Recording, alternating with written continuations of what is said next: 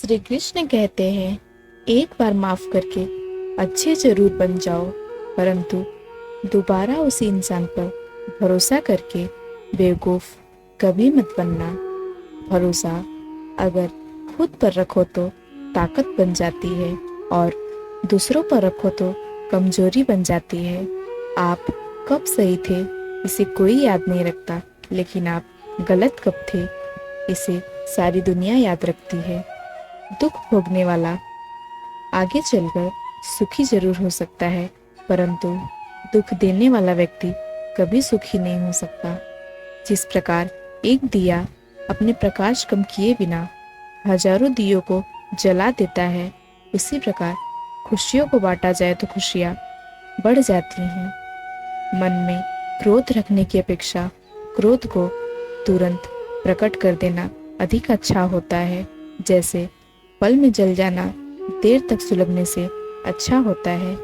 अपने अंदर करुणा रखो, आवेश नहीं, क्योंकि मेघ की वर्षा से पुष्प खिलते हैं, उसकी गर्जना से नहीं।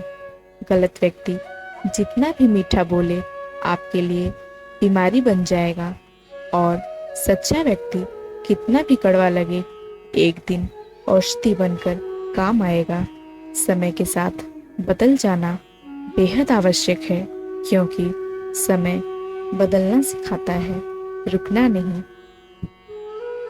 अच्छे कर्म करने के बावजूद भी लोग केवल आपकी बुराइयां ही याद रखेंगे, इसलिए लोग क्या कहते हैं इस पर ध्यान मत दो, अपने काम करते रहो। कुछ अच्छा हो इस उद्देश्य से अगर कोई काम शुरू होता है तो आने वाला समय में इसका अंत कभी भी बुरा नहीं हो सकता।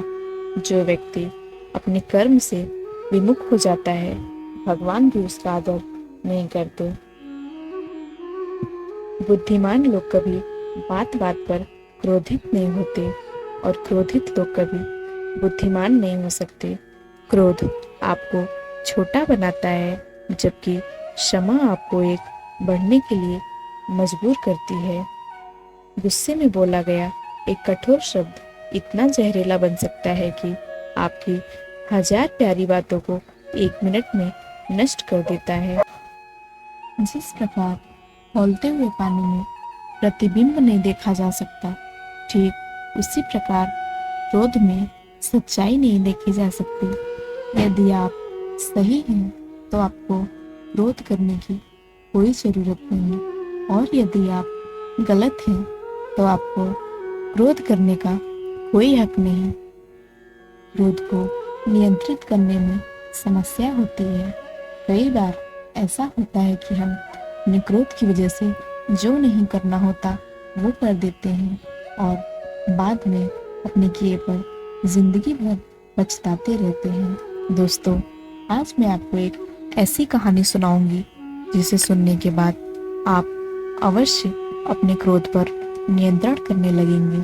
एक लड़का था जिसे अपने क्रोधित स्वभाव को नियंत्रित करने में समस्या हो रही थी। जब भी वो क्रोधित होता था, उसके मन में जो कुछ आता वो बोल देता था। उसके इस क्रोधित स्वभाव के कारण कई लोगों को चोट पहुंचती थी। उसके घर वाले भी उसके इस क्रोधित स्वभाव के कारण काफी परेशान थे। उसके पिता को अब उसकी चिंता होने लगी थी, और उन्होंने ठान लिया था कि मैं अपने बेटे का यह क्रोधित स्वभाव बदल के ही रहूंगा। एक दिन पिता ने अपने बेटे को कील और हथौड़े का एक थैला दिया और कहा, हर बार जब भी तुम क्रोधित होना तब एक कील ले लेना और हमारे घर के पीछे जो दीवार है उस पर लगा देना। बेटे के अपने पिता की बात मान ली और कहा, अच्छा पापा, ठीक है, मैं बिल्कुल वैसा ही करूँगा। कुछ ही दिनों में बेटे ने इतनी सारी कील लगा दी कि आधा थैला खत्म भी हो गया। अब कील की संख्या धीरे धीरे कम हो रही थी, और साथ में ही लड़के के क्रोध में भी नियंत्रण हो रहा था। एक दिन ऐसा आया, उसका क्रोध संपूर्ण नियंत्रण में आ गया था। लड़के ने अपने पिताजी को बताया कि पापा, अब मेरा स्वभाव बदल गया है और अब मैं अपने क्रोध में नियंत्रण ला सकता हूँ। उसके पिता ने उसको हर दिन एक एक कील निकालने को कहा और कहा कि अपना आपा न खोए। बेटे ने भी पिता का कहना मान लिया और धीरे धीरे करके हर रोज दीवार पर लगी कील में से एक एक कील निकालने लगा। अंत में एक दिन ऐसा आया, वो लड़का आखिरी कील निकाल रहा था।